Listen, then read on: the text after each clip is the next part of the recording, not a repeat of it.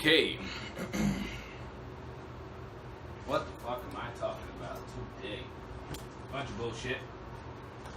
Basically.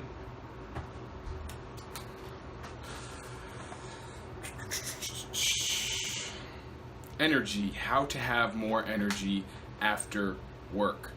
Everybody is fucking drained after work. You go to your job and everyone always says they can't work out, they don't have time, and most importantly, they don't have energy to work out.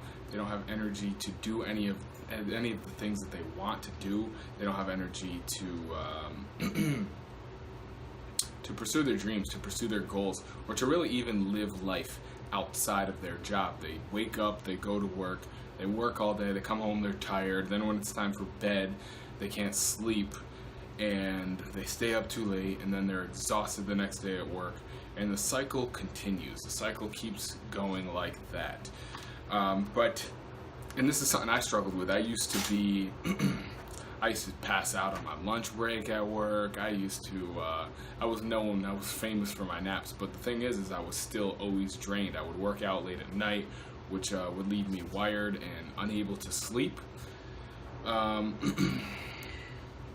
What else? And generally, whenever I had a consistent work schedule, I never could get my shit together enough to have energy. But I see everyday people struggle with this. You know, in the morning they're having their coffee, they're always tired, they're yawning, they're not full of energy.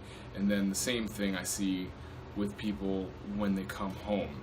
Everyone's on their couch right now. Everyone's watching TV. Everyone's on their phone. They're not doing anything. They're not moving around. So here are some tips that I found through personal experimentation to have more energy after work, to go after your goals, to work on things, and to just generally feel better. You'll feel better at work. You'll feel better at home. You'll feel better on the weekends. You'll sleep better. Everything will be better. When you have energy, you can pursue what you want. It's really difficult to get anything done worth doing without energy. And I have this. Any times I go too hard, I end up being lethargic, and all I want to do is just lay on the couch and just like scroll Instagram or watch TV or something. So you have to actively manage your energy. Now, this goes without saying, this being a health and fitness channel, that you're going to have to work out. You're going to have to eat healthily. Those are kind of assumptions. So, you know, sometimes people lift or they work out or they run and they still don't have good energy. And a lot of it for me is timing. But you have to have, first and foremost, I found, is that you have to plan to have energy. You have to plan to have energy. What does that even mean? When something gets scheduled is when it actually happens.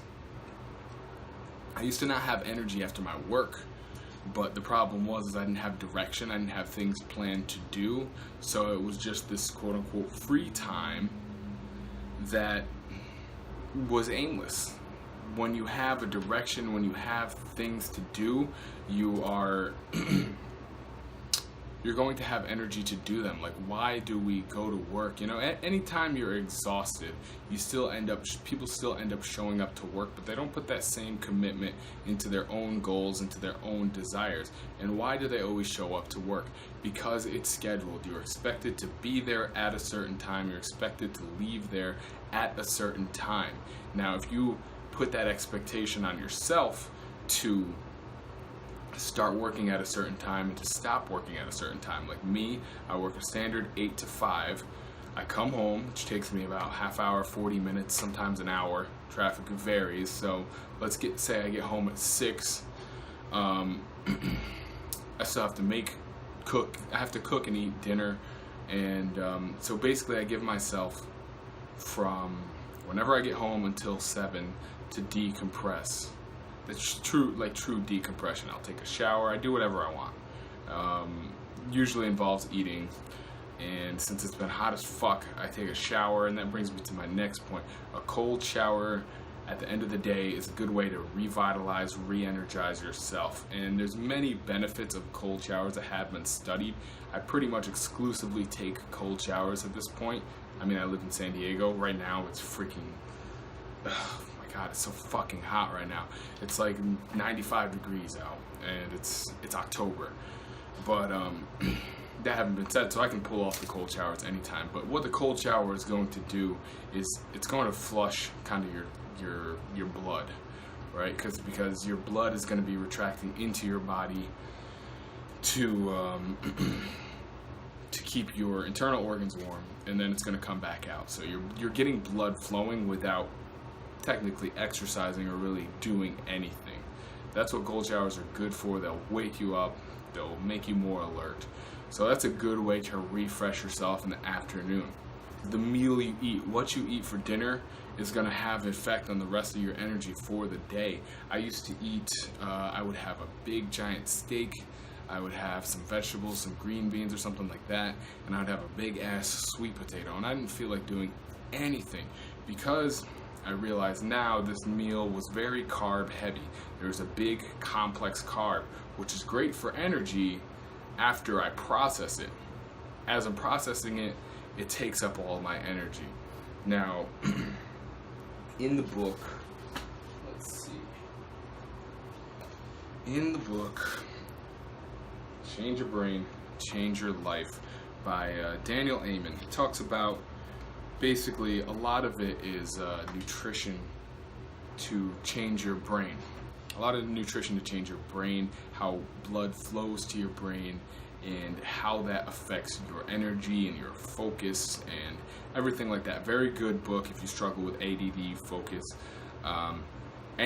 really anything. If you struggle with any sort of mental disorder, whether you know it or not, or you just like to get better, it's a very good book for that.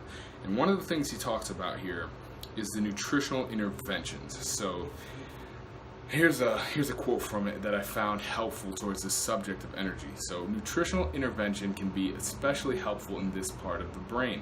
For years, I've recommended a high-protein, low-carbohydrate diet that's relatively high in fat to my patients with ADD. This diet has a stabilizing effect on blood sugar levels and helps with both energy level and concentration. Now, I want to touch on that because your blood sugar spiking, all this going up and down with your food, it's what's killing your energy, because at some points in the day you're like on cloud nine, and then at other points it seems like you just crash.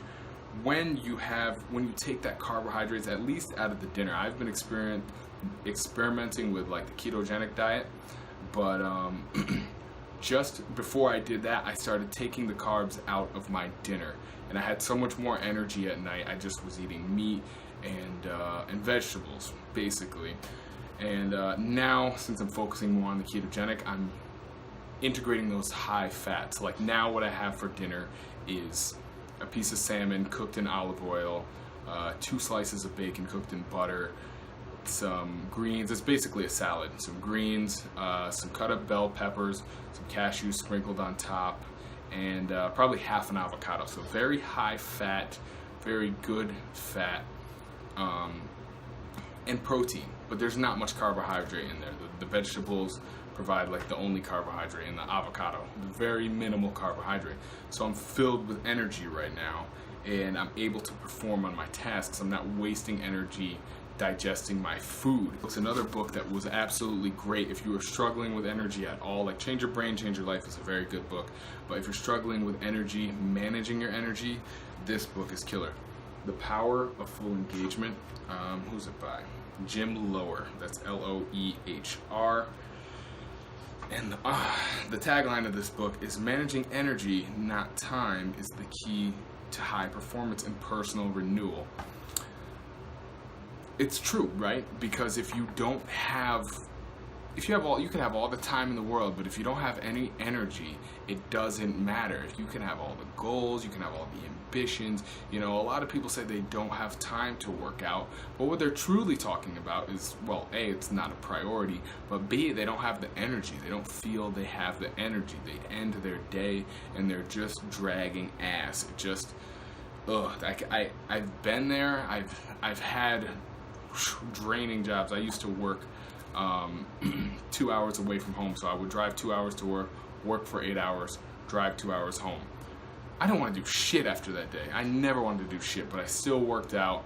That's besides the point. I get where you're coming from, where you just hit a wall and you're absolutely fucking exhausted.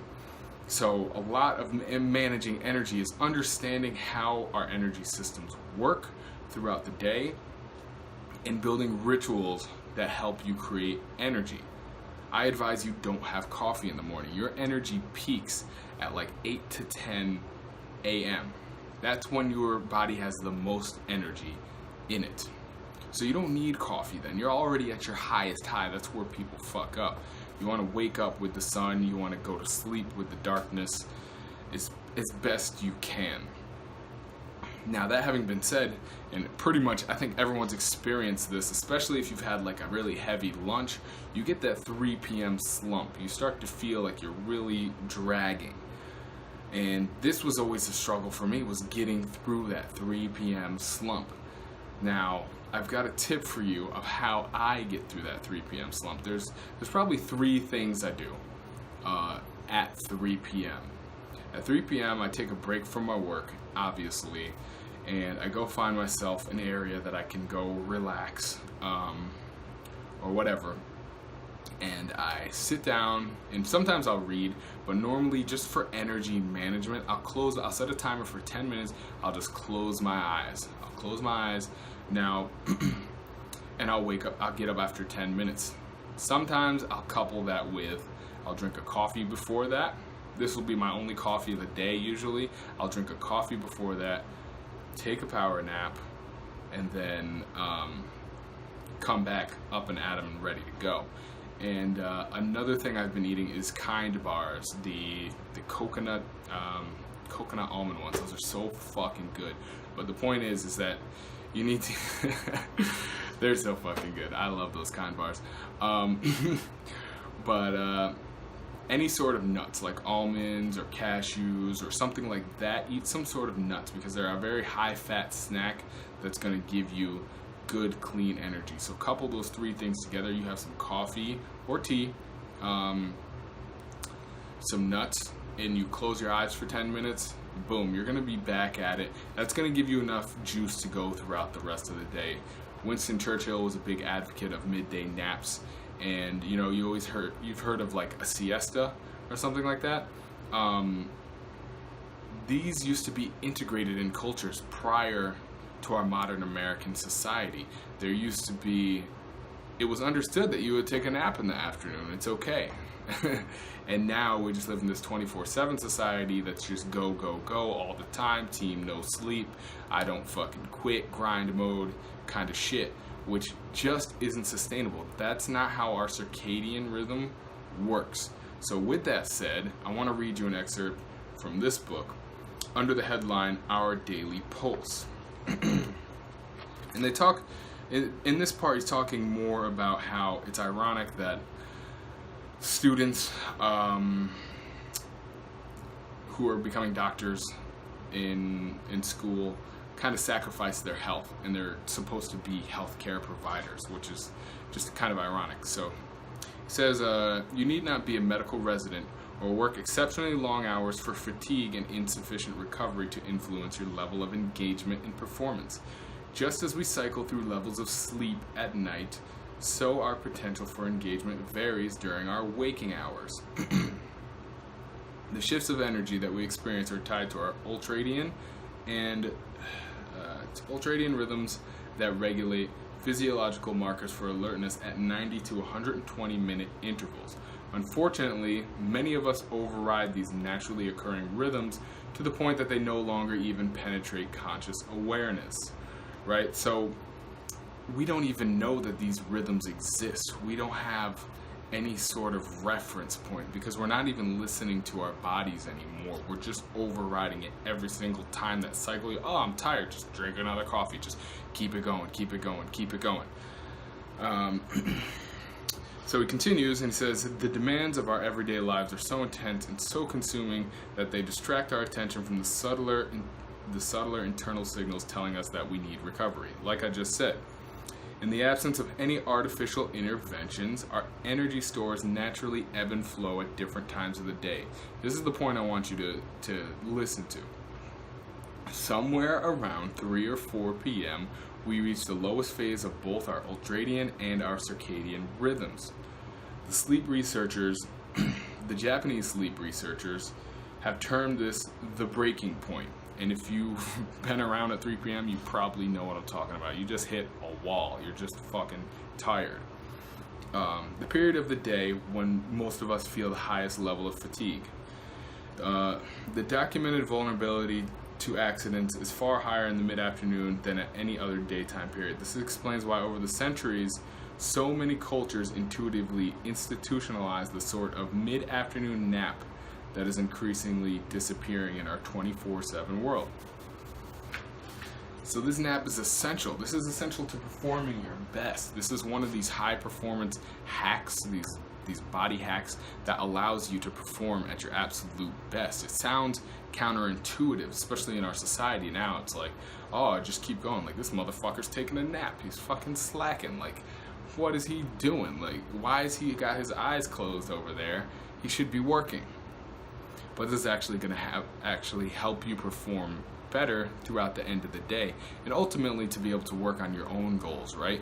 Because if you work 8 to 5, that energy you have after work is all you've got. That time you have after work is all you've got.